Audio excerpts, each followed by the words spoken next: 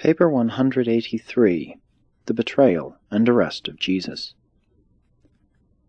After Jesus had finally awakened Peter, James, and John, he suggested that they go to their tents and seek sleep in preparation for the duties of the morrow. But by this time the 3 apostles were wide awake. They had been refreshed by their short naps, and besides, they were stimulated and aroused by the arrival on the scene of 2 excited messengers, who inquired for David Zebedee, and quickly went in quest of him when Peter informed them where he kept watch. Although 8 of the apostles were sound asleep, the Greeks who were encamped alongside them were more fearful of trouble, so much so that they had posted a sentinel to give the alarm in case danger should arise. When these 2 messengers hurried into camp, the Greek sentinel proceeded to arouse all of his fellow countrymen, who streamed forth from their tents fully dressed and fully armed. All the camp was now aroused except the 8 apostles. Peter desired to call his associates, but Jesus definitely forbade him. The Master mildly admonished them all to return to their tents, but they were reluctant to comply with his suggestion. Failing to disperse his followers, the Master left them and walked down toward the olive press near the entrance to Gethsemane Park. Although the 3 apostles, the Greeks, and the other members of the camp hesitated immediately to follow him, John Mark hastened down through the olive trees and secreted himself in a small shed near the olive press. Jesus withdrew from the camp and from his friends in order that his apprehenders, when they arrived, might arrest him without disturbing his apostles. The Master feared to have his apostles awake and present at the time of his arrest, lest the spectacle of Judas's betraying him should so arouse their animosity that they would offer resistance to the soldiers and would be taken into custody with him. He feared that, if they should be arrested with him, they might also perish with him. Though Jesus knew that the plan for his death had its origin in the councils of the rulers of the Jews, he was also aware that all such nefarious schemes had the full approval of Lucifer, Satan, and Caligastia, and he well knew that these rebels of the realms would also be pleased to see all of the apostles destroyed with him. Jesus sat down alone on the olive press, where he awaited the coming of the betrayer, and he was seen at this time only by John Mark, and an innumerable host of celestial observers. 1. The Father's Will. There is great danger of misunderstanding the meaning of numerous sayings and many events associated with the termination of the Master's career in the flesh. The cruel treatment of Jesus by the ignorant servants and the callous soldiers, the unfair conduct of his trials, and the unfeeling attitude of the professed religious leaders, must not be confused with the fact that Jesus, in patiently submitting to all this suffering and humiliation, was truly doing the will of the Father in paradise. It was, indeed and in truth, the will of the Father that his Son should drink to the full the cup of mortal experience, from birth to death. But the Father in heaven had nothing whatever to do with instigating the barbarous behavior of those supposedly civilized human beings who so brutally tortured the Master, and so horribly heaped successive indignities upon his non-resisting person.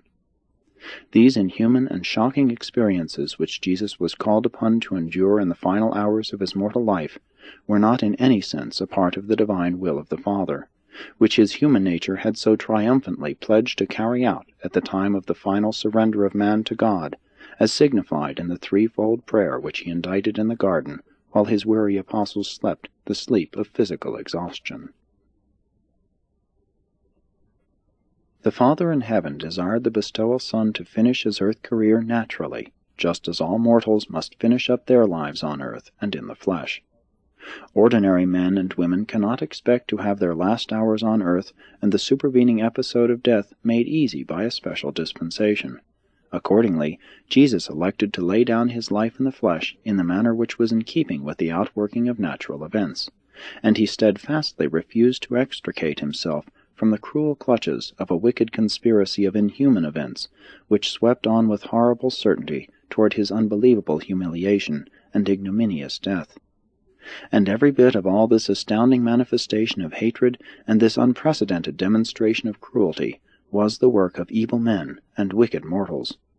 God in heaven did not will it, neither did the arch-enemies of Jesus dictate it, though they did much to ensure that unthinking and evil mortals would thus reject the bestowal Son.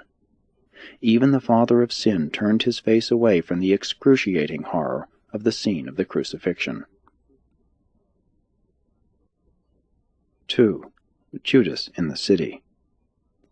After Judas so abruptly left the table while eating the Last Supper, he went directly to the home of his cousin, and then did the two go straight to the captain of the temple guards.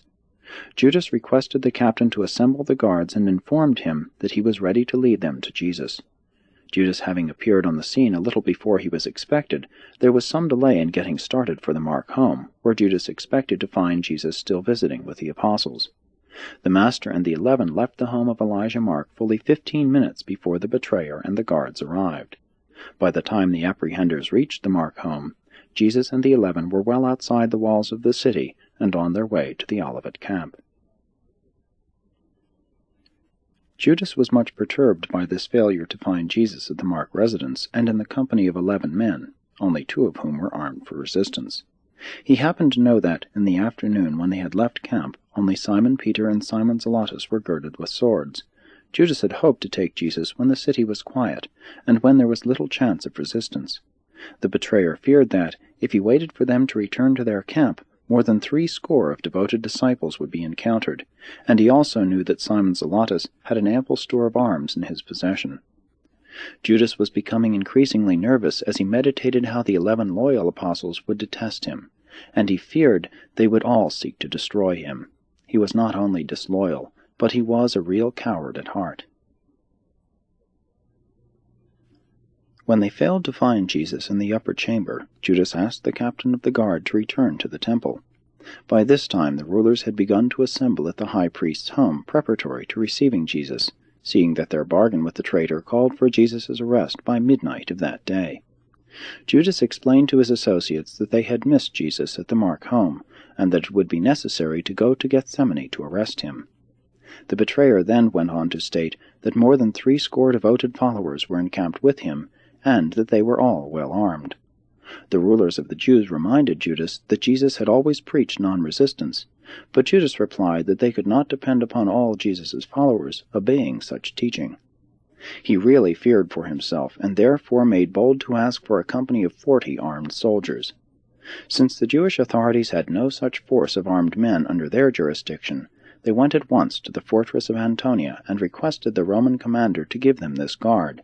But when he learned that they intended to arrest Jesus, he promptly refused to accede to their request, and referred them to his superior officer. In this way more than an hour was consumed in going from one authority to another, until they finally were compelled to go to Pilate himself in order to obtain permission to employ the armed Roman guards. It was late when they arrived at Pilate's house, and he had retired to his private chambers with his wife. He hesitated to have anything to do with the enterprise, all the more so since his wife had asked him not to grant the request. But inasmuch as the presiding officer of the Jewish Sanhedrin was present and making personal request for this assistance, the governor thought it wise to grant the petition, thinking he could later on right any wrong they might be disposed to commit. Accordingly, when Judas Iscariot started out from the temple, about half after 11 o'clock, he was accompanied by more than 60 persons, temple guards, Roman soldiers, and curious servants of the chief priests and rulers.